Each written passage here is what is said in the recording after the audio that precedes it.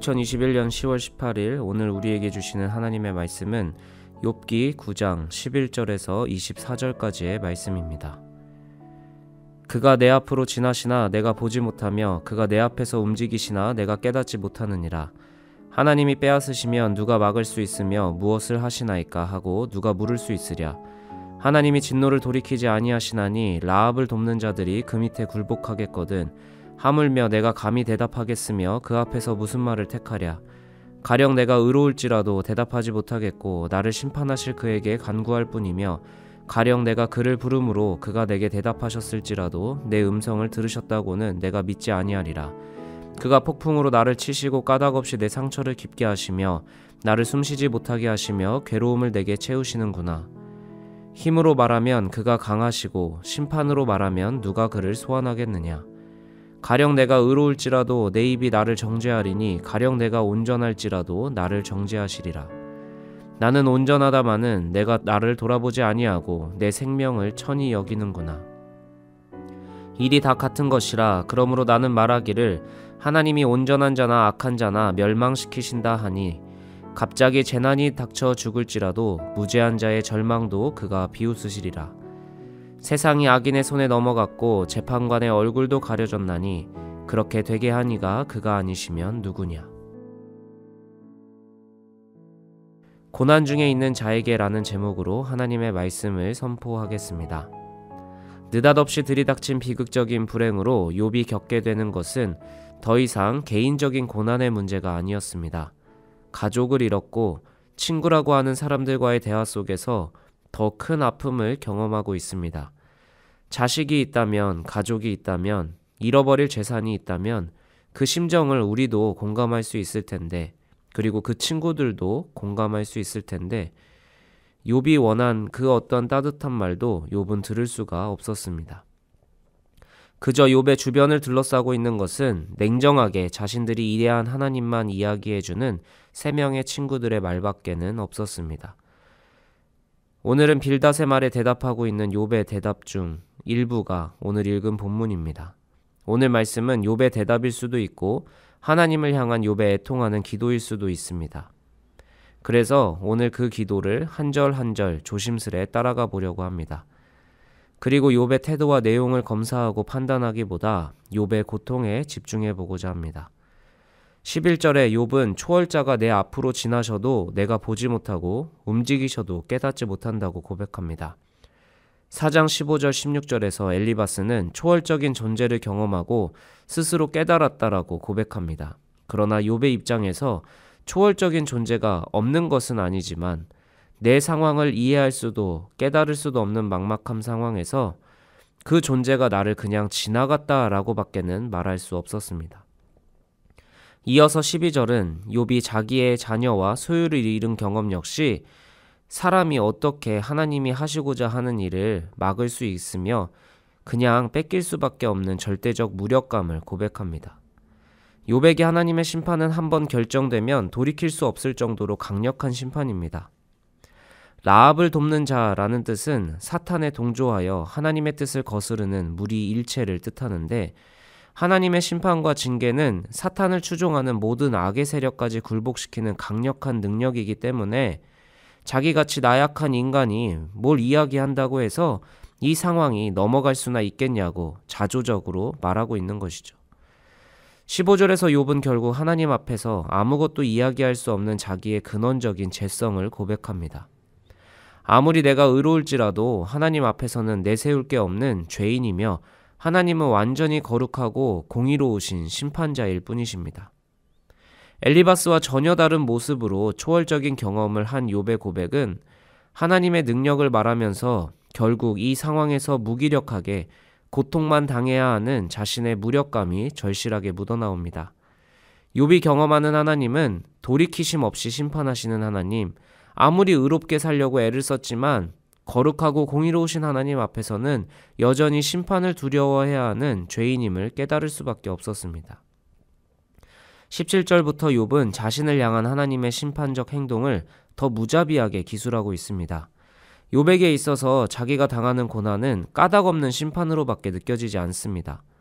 아무리 앞에서 자신이 하나님 앞에서는 무력한 죄인일 수밖에 없다는 고백을 했지만 사실 그 의미는 내가 의지적으로 그리고 구체적으로 범죄한 사실은 없다는 뜻이기도 합니다. 하나님한테 내가 딱히 잘못한 것도 없는데 이렇게 괴롭다는 것은 그냥 내 존재가 잘못되어서 그런 것밖에는 이 상황을 설명할 길이 없다는 것입니다. 그런데 생각해보면 실제로 2장 3절에서 하나님은 사탄에게 너가 나를 충동하여 까닭없이 그를 치게 하였다라고 이야기하십니다. 욥의 친구들은 욥을 향해 어떻게 너가 당하는 시험이 까닭없는 심판이냐고 욥의 교만함을 책망하지만 교만해 보일지 모르는 욥의 토로는 사실 하나님도 인정하신 토로였습니다. 19절 하나님은 심판의 전권을 가진 심판자이시며 인간은 그의 재판을 받아야만 하는 존재밖에 안 됩니다. 하나님을 아무리 친밀하게 느껴도 괴로운 상황에서 나는 하나님의 친밀한 사랑을 누리는 존재가 아니라 미천하고 무력한 존재로밖에는 안 느껴지는 것입니다. 20절 역시 앞에서와 반복되는 고백입니다.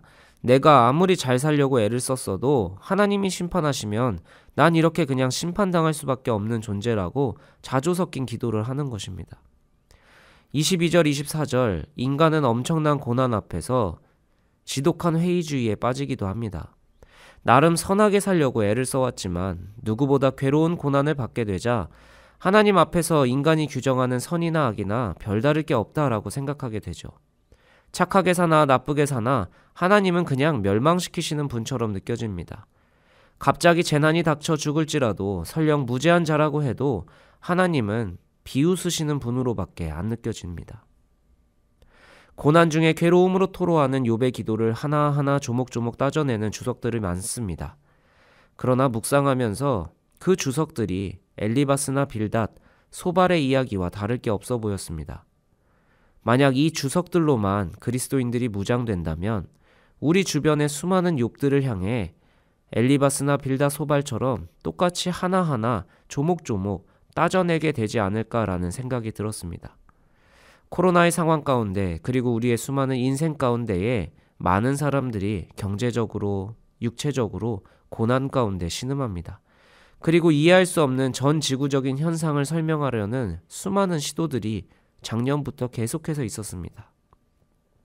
하나님의 심판, 하나님이 더 좋게 하시려는 훈련의 기간, 회개하게 하시는 하나님의 뜻 등 여러 해석들이 있었지만 결국 눈길이 머무르고 가슴을 울린 문장은 현상에 대한 해석이 아니었습니다. 유명한 신약신학자 톰 라이트가 타임즈에 기고한 글을 보완하고 확장한 하나님과 팬데믹이라는 책에 이런 문장이 있었습니다. 위기를 우리가 하고 싶은 말을 외쳐댈 기회로 삼는 것을 거부할 때다.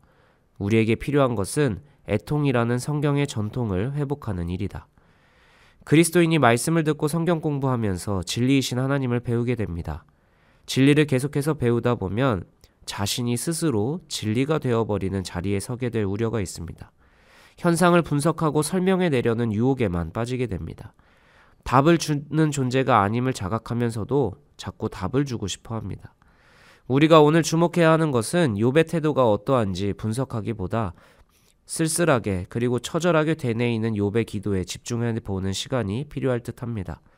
톰 라이트가 주지했듯 그리스도인이 회복할 중요한 성경의 전통인 애통을 기억해 보는 게 필요합니다.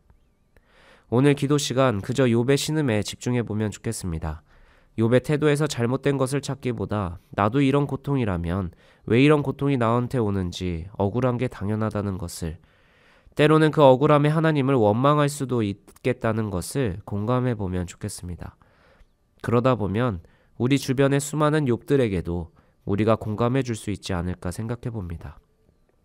그렇게 잘못된 것을 알려주기보다 고통 가운데 함께함으로 십자가에서 우리의 고통을 져주신 예수님을 전하는 그리스도인들의 삶이 되길 주님의 이름으로 함께 소망해 봅니다.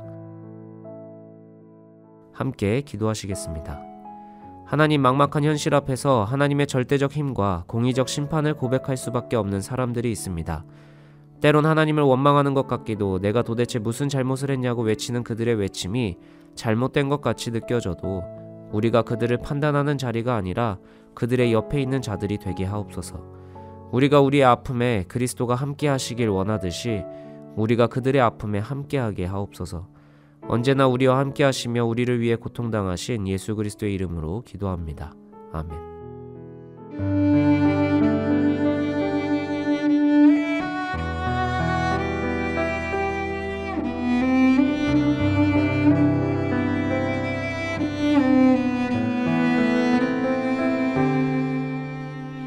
예수 아름다우신 위대하신 주님 부활의 주 어린 양 거룩과 공의 새벽별 같은 나의 구주 모든 하늘 찬양해 모든 말